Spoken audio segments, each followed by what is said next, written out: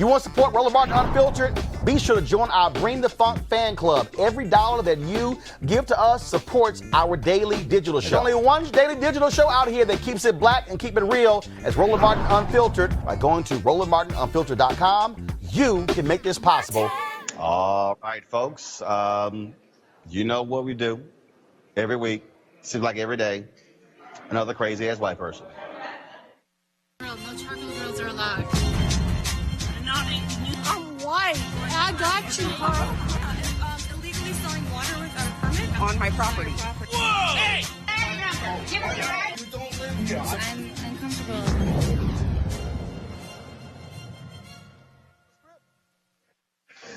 All right, y'all. Interesting story here. An Atlanta couple under fire for evicting residents who had black friends over for a visit. Seriously. The tenant is Victoria Sutton. She's claiming the couple, Allen and Patricia McCoy, called her an N-word lover after a black family came over for a play date. A local news crew stopped by to ask the McCoys if it was true, and this happened. Channel 2. We just got this lawsuit that was filed today. I headed to Gordon County to find the McCoys. A newly filed federal lawsuit alleges they evicted a tenant from this Bartow County home because she had a black family over for a play date. The complaint says Mr. McCoy called her an N-word lover, and there's a recording of Mrs. McCoy saying, "I don't put up with N-words in my house, and I don't want them on my property." Is there any truth to that?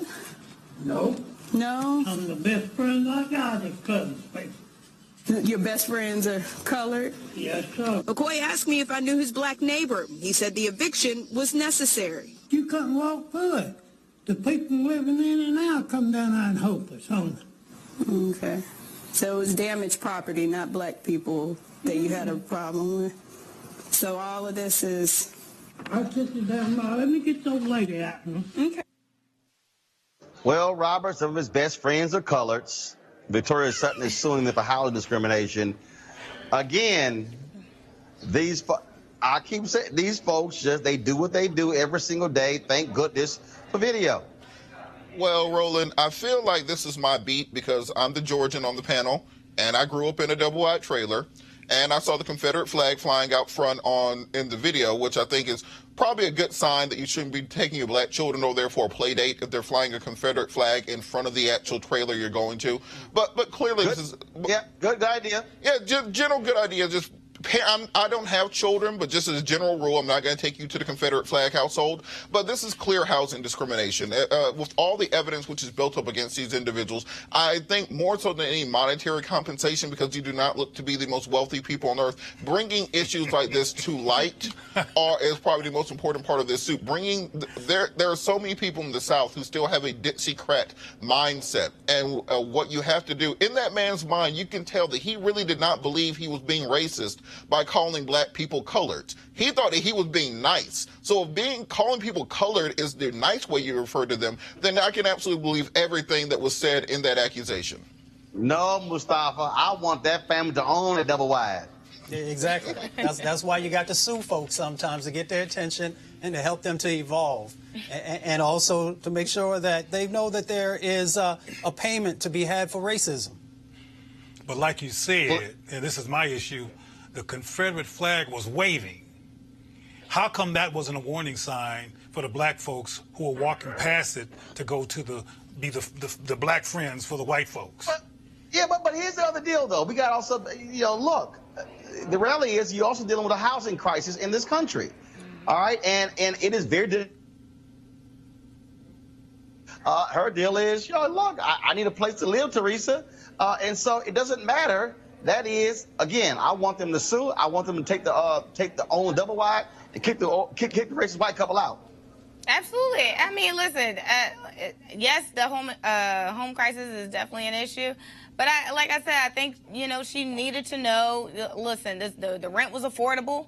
Just kind of getting back to basic terms, the rent was affordable. I had access to that building, and these old people seem like they're nice, even though there's a Confederate flag. It could have been a lack of understanding about what the Confederate flag actually is and what it meant. That man was old enough to have made the flag. Exactly. He knew what that flag means. Let me stand up for double wide trailers for a second. Because I feel like double wide trailers get a bad rap. They are very comfortable. Heating and utilities very low. I'm being for real. Look, if you grew up in a double wide trailer, you will appreciate. Now, the one that was a single wide they were in, so those are poor people. But if you have a nice, well manufactured double wide trailer. So, I'm sorry, Robert. I'm sorry. The single wide is poor.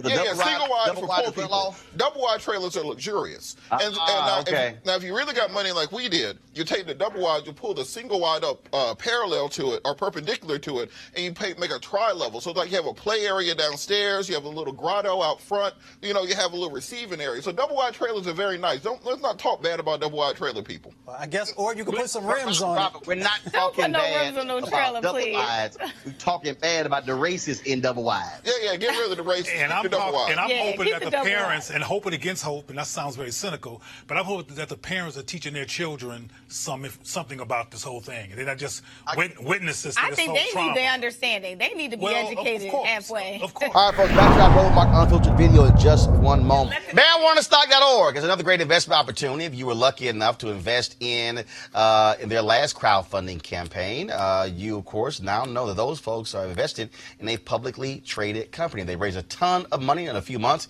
investing in legal marijuana farms.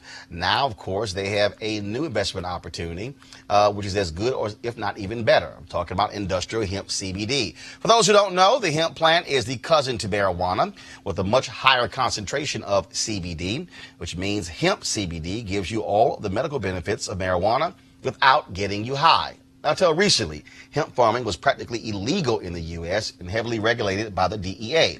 However, the 2018 Farm Bill changed all of that, making it legal to grow hemp CBD in the U.S. and creating one of the largest commodities worldwide. They need land to grow all the plants, which makes for an incredible investment opportunity. And that's where our good friends at 420 Real Estate come in. Their business model is real simple. They buy land that supports hemp CBD grow operations and lease it to high-paying tenants. That's right. They are hemp CBD landlords. And you can get in on the action. You can invest in the crowdfunding campaign for as little as $200 up to $10,000. Like I said, you may not want to miss out on this opportunity. Go to marijuanastock.org. That's marijuanastock.org to get in the game and to do it now. Now back to your Roland Martin Unfiltered video.